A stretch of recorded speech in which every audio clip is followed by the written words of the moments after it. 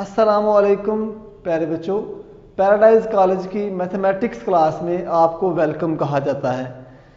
मैं हूं शाहिद हुसैन और आज के इस लेक्चर में हम पढ़ेंगे एक्सरसाइज 2.6 के बाद वाला पोर्शन। और एक्सरसाइज 2.6 के बाद में जो हेडिंग है वो है बाइनरी ऑपरेशंस की। तो बेसिकली हम इस एक्सरसाइज में बाइनरी ऑपरेशंस को स्टडी करेंगे। बाइनरी ऑपरेशंस स्टडी करने से पहले हमें यूनरी ऑपरेशंस के बारे में इंफॉर्मेशन होना जरूरी है। तो देखते हैं कौन कौन से ऑपरेशंस यूनरी होते हैं और कौन कौन से ऑपरेशंस बाइनरी होते हैं।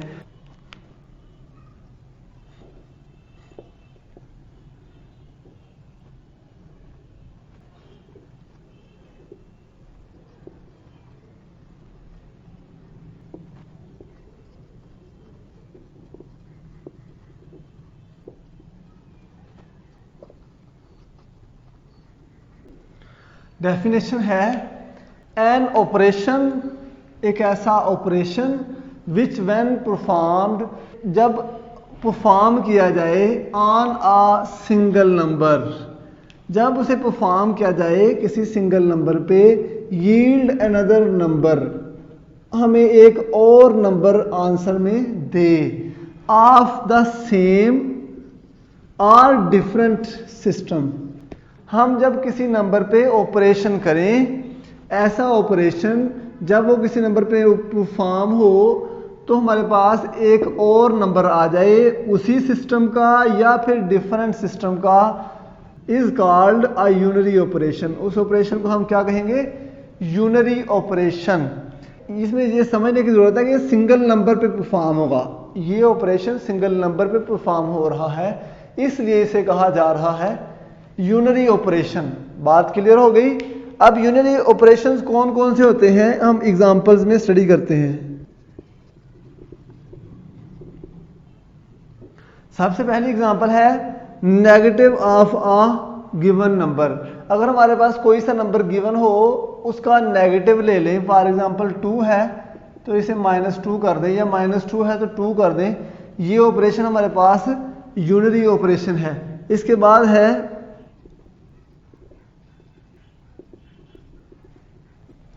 Extraction of square root.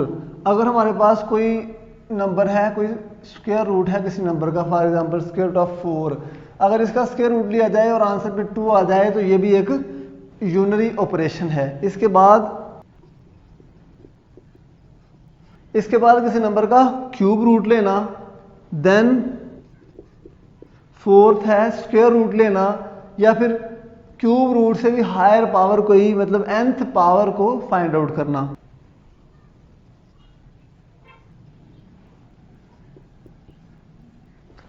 मतलब स्क्वेयरिंग का नंबर, किसी नंबर का स्क्वायर लेना, या raising it to higher power, या फिर उसकी स्क्वायर या क्यूब से बड़ी वैल्यू को फाइंड आउट करना।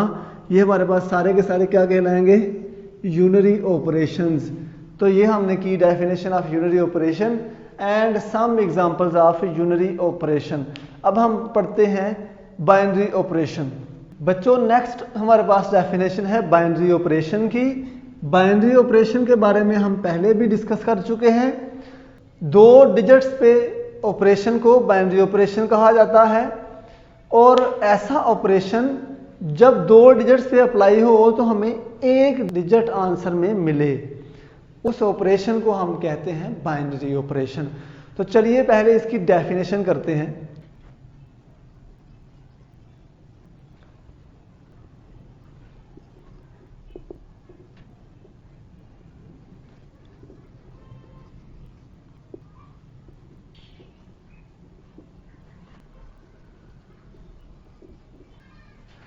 A binary operation on a non-empty set G। एक बाइनरी ऑपरेशन किसी नॉन एम्प्टी सेट G पे इज अ फंक्शन, एक फंक्शन होता है। क्या होता है?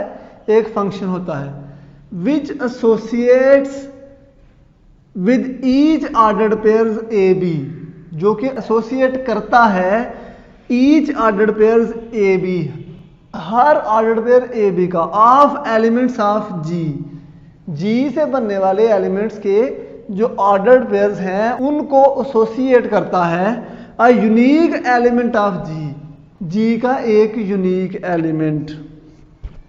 क्या कह रहा है?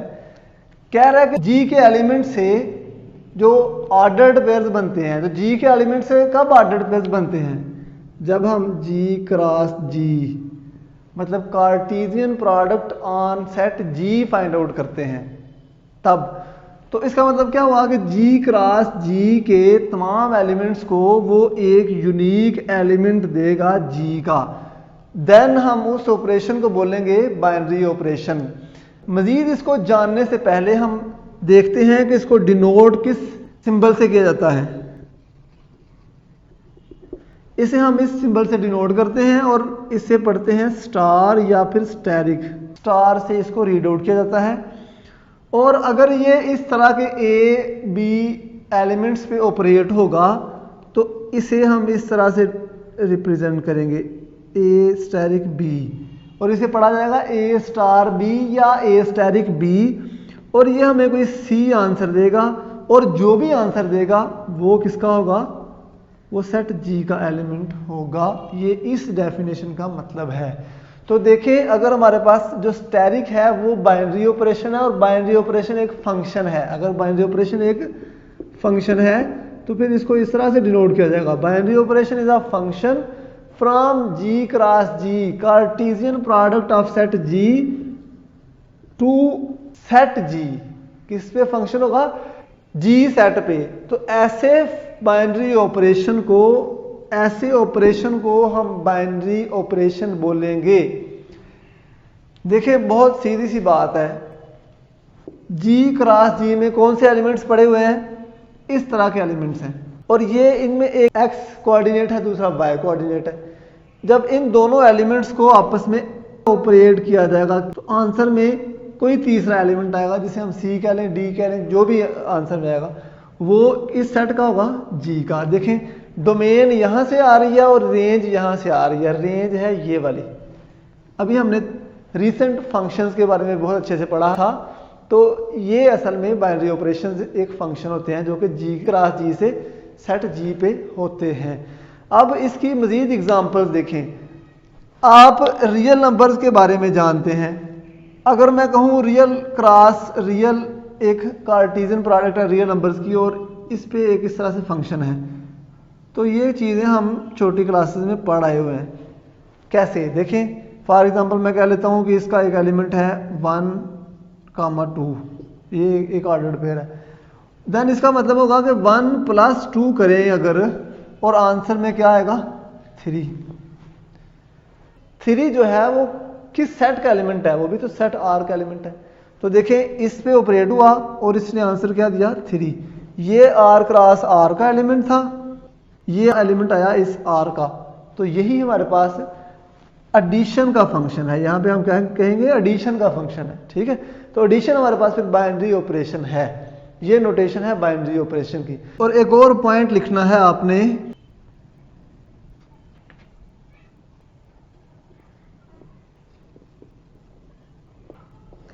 और हम अपनी सहूलत के लिए, कन्वीनियंस के लिए क्या करते हैं?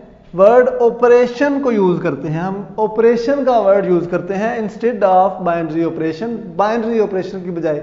मतलब हम बाइनरी ऑपरेशन में से बाइनरी को हटा देते हैं और यहाँ पे स्टार को या स्टेरिक को या एडिशन को हम ऑपरेशन कहते हैं। तो चलिए अब हम नेक्स्ट इसकी कुछ एग्जांपल्स को स्टडी करते हैं।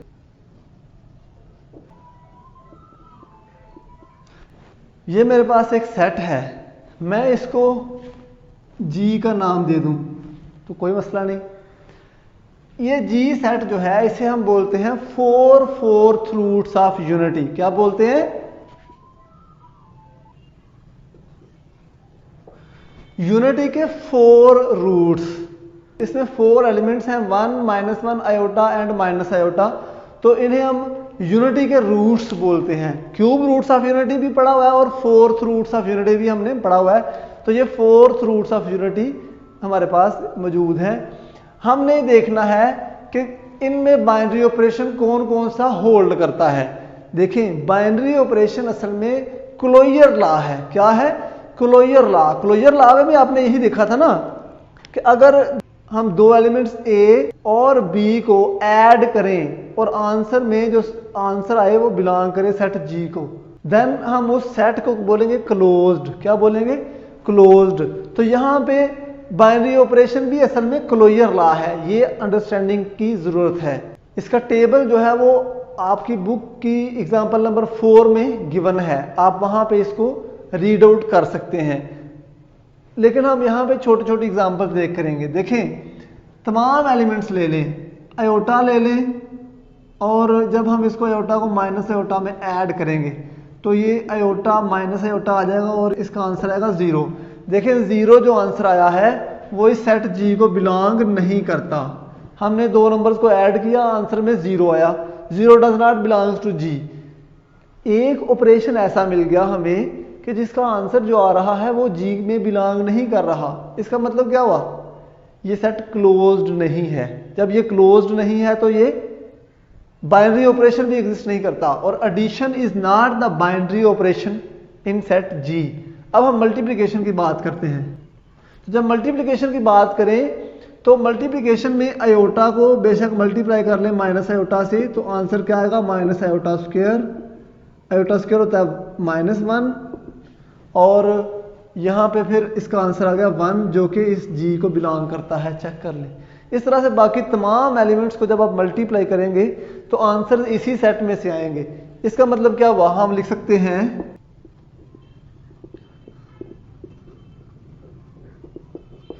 Multiplication is a binary operation in set G. इस तरह से एक और बात लिखी जा सकती है, G is closed under binary operation multiplication. G is closed under binary operation multiplication, ये भी कहा जा सकता है। तो ये था हमारा बाइनरी ऑपरेशन। नेक्स्ट हम बाइनरी ऑपरेशन की प्रॉपर्टीज को स्टडी करते हैं। बाइनरी ऑपरेशन की कौन कौन सी प्रॉपर्टीज हैं? देखें, प्रॉपर्टीज ऑफ बाइनरी ऑपरेशन। यहां पे सबसे पहले हमारे पास कोई सेट एस है जो कि क्या है? नॉन एम्प्टी सेट है, एंड स्टैरिक आप बाइनरी ऑपरेशन ऑन इट। और स्टैरिक हमारे पास बाइनरी ऑपरेशन है। बाइनरी ऑपरेशन को हम एक और नाम भी दे चुके हैं, और वो क्या है? क्लोजर लॉ का। वो नेम कौन सा है? Closure law. तो देखिए इसका मतलब फिर क्या हुआ कि स्टैरिक ऑफ बाइनरी ऑपरेशन, मतलब जो सेट एस है उस पे क्लोजर लॉ होल्ड करता होगा। मतलब हम वैसे भी जब बाइनरी ऑपरेशन कह रहे हैं तो उसका मतलब यही होगा ना कि जब उसके तमाम एलिमेंट्स को आपस में ऑपरेट करें तो आंसर में जो एलिमेंट आएगा वो उसी सेट में से होगा। देन स्टैरिक में पोजेस वन और more of the following properties. Then asterisk जो है वो इन फॉलोइंग प्रॉपर्टीज में से एक या एक से ज्यादा प्रॉपर्टीज होल्ड करेगा, पोजेस करेगा। देखें फर्स्ट प्रॉपर्टी क्या है? कम्यूटेटिविटी। तो कम्यूटेटिव प्रॉपर्टी इसमें होल्ड कर सकती है। कब होल्ड करेगा? Asterisk is said to be commutative. Asterisk को हम कम्यूटेटिव कहेंगे अगर ए स्टैरिक बी इक्वल होगा बी स्टैरिक ए के। इसके बारे में भी आप जानते हैं। और यहाँ पे ए और बी क्या है? सेट एस के एलिमेंट्स हैं। For all A B belongs to set S. Associativity, asterisk को हम एसोसिएटिव कहेंगे। क्या कहेंगे? एसोसिएटिव। अगर associative property of this asterisk is hold in set S for all A B C belongs to set S. A B C यहाँ पे क्या करते हैं? सेट एस को बिलोंग करते हैं। थर्ड प्रॉपर्टी है existence of the identity element. Identity element की मौजूदगी। तो हमें पता है कि एलिमेंट ई को जो कि एस का एलिमेंट होगा, एक यूनिक एलिमेंट होगा इसमें, उसे हम आइडेंटिटी एलिमेंट कहेंगे with respect to the operation asterisk. अगर किसी भी एलिमेंट को, एस के किसी एलिमेंट को ई के साथ ऑपरेट करें या फिर ई को ऑपरेट करें ए के साथ, आंसर में आज खुद ए आ जाए बल्कि ई ना आए, ठीक हो गया। तो देन हम इस ई को बोलेंगे आइडेंटिटी एलिमेंट। इसके बाद लास्ट प्रॉपर्टी है existence of inverse of each element. S के हर एलिमेंट का inverse. For any element A belongs to S, अगर ए कोई एलिमेंट है एस का, देयर एग्जिस्ट, इसे हम पढ़ते हैं there exist an element A prime belongs to S, तब ए प्राइम एस में मौजूद होगा सच दैट, इस तरह का कि ए को और ए प्राइम को जब स्टेरिक अप्लाई करेंगे, ऑपरेट करेंगे, देन आंसर हमारे पास आएगा ई। और सिमिलरली अगर हम ए प्राइम स्टेरिक ए अप्लाई करें देन भी हमारे पास आंसर क्या आना चाहिए, ई। और ई यहाँ पे क्या है, हमारे पास आइडेंटिटी है। तो इस सूरत में A and A prime are inverses of each other under binary operation asterisk. तो ये थी प्रॉपर्टीज ऑफ बाइनरी ऑपरेशंस।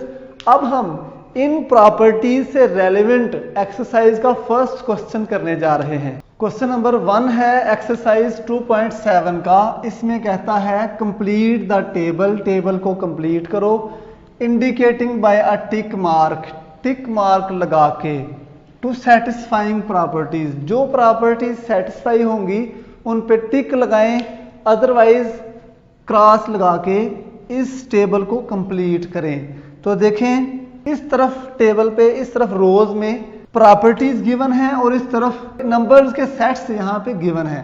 हम देखेंगे कि इनमें कौन कौन से में कौन कौन सी प्रॉपर्टी होल्ड करती है। और इधर ऑपरेशंस भी दिए गए हैं, ऑपरेशन एडिशन का और मल्टीप्लिकेशन का। तो सबसे पहले आते हैं नेचुरल नंबर्स। तो नेचुरल नंबर्स में क्या क्लोजर लॉ होल्ड करता है? क्लोजर लॉ क्या होता है?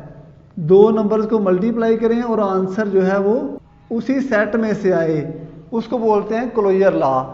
तो अगर ये यहाँ पे मल्टीप्लिकेशन किया है, मैंने यहाँ पे एडिशन किया है, तो addition in natural numbers closed होता है। नेक्स्ट होल नंबर्स पे क्लोजर लॉ अंडर एडिशन मौजूद है, एग्जिस्ट करता है, होल्ड करता है। इंटीजर्स में भी, रैशनल्स में भी और रियल्स में भी। मतलब इन नंबर्स को अगर ऐड करें तो आंसर इन्हीं सेट में से आता है। Next closure law of multiplication natural numbers में होल्ड करता है। नेचुरल नंबर्स को मल्टीप्लाई करो तो आंसर नेचुरल नंबर्स में आता है। ऐसे ही होल नंबर्स इंटीजर्स, रैशनल्स और रियल्स में होल्ड करता है। आप चेक कर लीजिएगा। देखें नेक्स्ट है एसोसिएटिव लॉ। एसोसिएटिव लॉ भी एडिशन और मल्टीप्लिकेशन के रिस्पेक्ट से इन तमाम सेट्स में होल्ड करता है। बात करते हैं आइडेंटिटी की। तो आइडेंटिटी नेचुरल नंबर्स में हमें पता है 0 and 1 are two identities, 0 under addition and 1 under multiplication। लिहाजा 0 नेचुरल नंबर में क्या मौजूद है? नहीं। नेचुरल नंबर्स के सेट में 0 एलिमेंट मौजूद नहीं है। होल नंबर्स में 0 मौजूद है, इंटीजर्स में, रैशनल्स में एंड रियल्स में तमाम में 0 मौजूद है।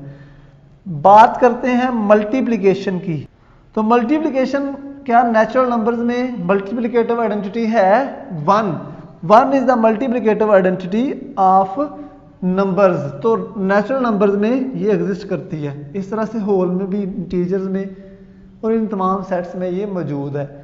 नेक्स्ट बात करते हैं इनवर्स की। अब इस प्रॉपर्टी को आपने गौर से समझना है। तो देखें नेचुरल नंबर्स में अंडर एडिशन क्या हर एलिमेंट का इनवर्स मौजूद है? इनवर्स क्या होता है?